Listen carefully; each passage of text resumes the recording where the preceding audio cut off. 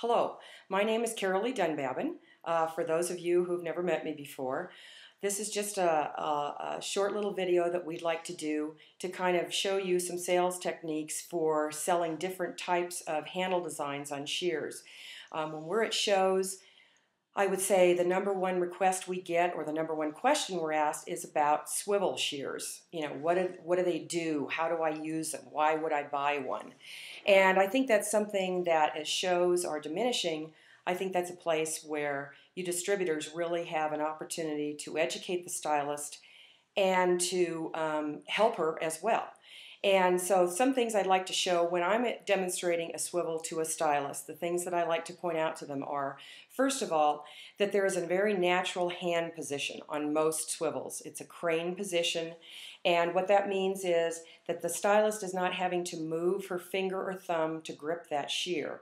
So there's really no tension on her hand when she's holding that shear. The spacing between the finger and the thumb ring means that as she opens and closes that shear, she's doing about 35 to 40% less movement than she would on a traditional shear where she is bringing her finger and thumb together. What that means is she's going to have less fatigue in her thumb and the base of her hand. Then the swivel. Swivels, most stylists, when they're blunt cutting, their wrist is slightly bent to be perpendicular with their body or parallel with their body.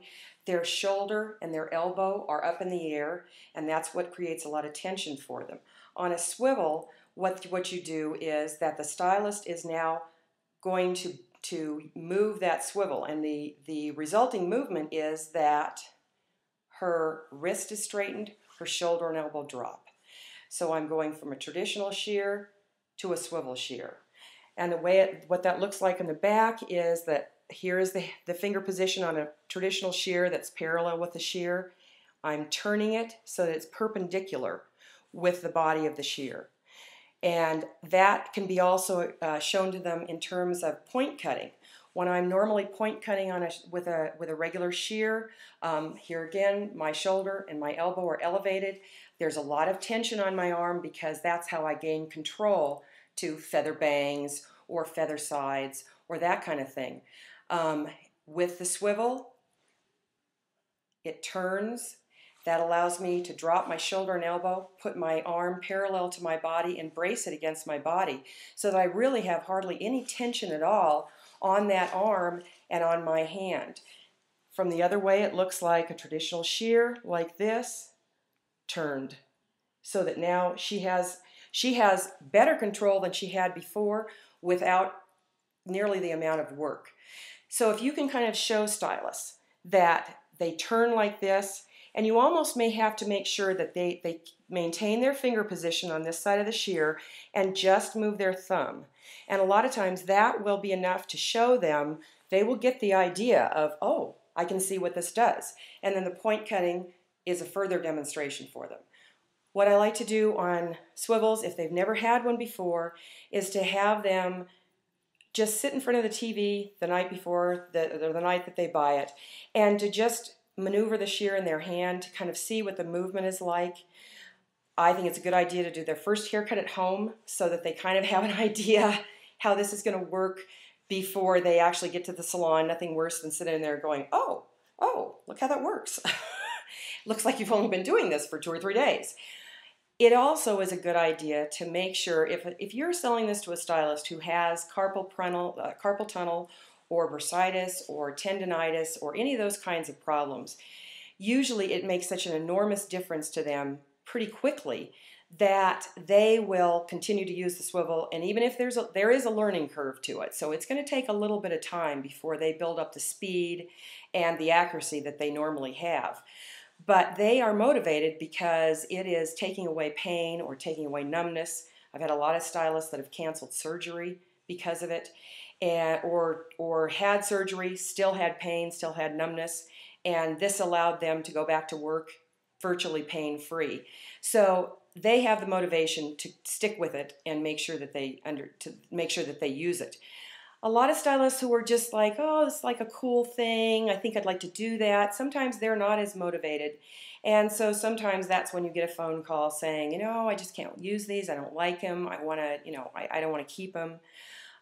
With a swivel particularly, it's a good idea.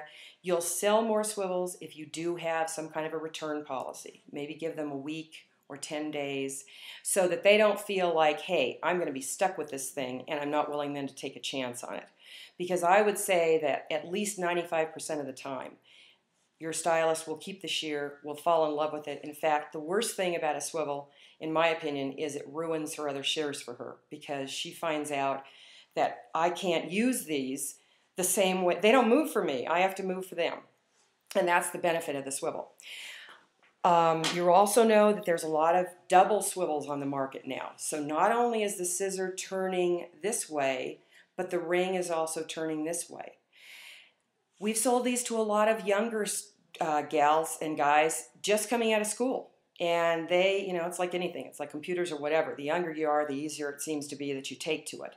But even a lot of older stylists, particularly if they've used a swivel already, will grasp the benefits of even more freedom of movement.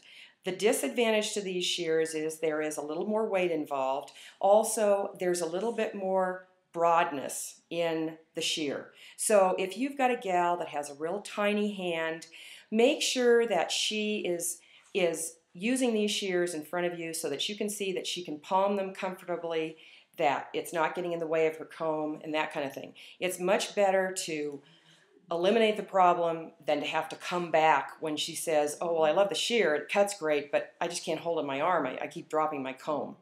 So a little bit of investigative work on your part will prevent any problems from happening later. Now let's say that you've got somebody who says, well, I love all these things, but I tried a swivel before, I can't get used to it, I don't care, but I like a lot of things about the swivel. That's one reason we came up with the Echo shear, was because it incorporates a lot of the benefits of the swivel. It's got the crane handle, it's got the spacing, and the thumb is bent down very severely. So what that allows a stylist to do is to grip that shear instead of having her elbow and shoulder up like this. She now has the opportunity, because this thumb is bent so severely, to go ahead and drop that shoulder and elbow to a considerable degree and to still be able to use the shear.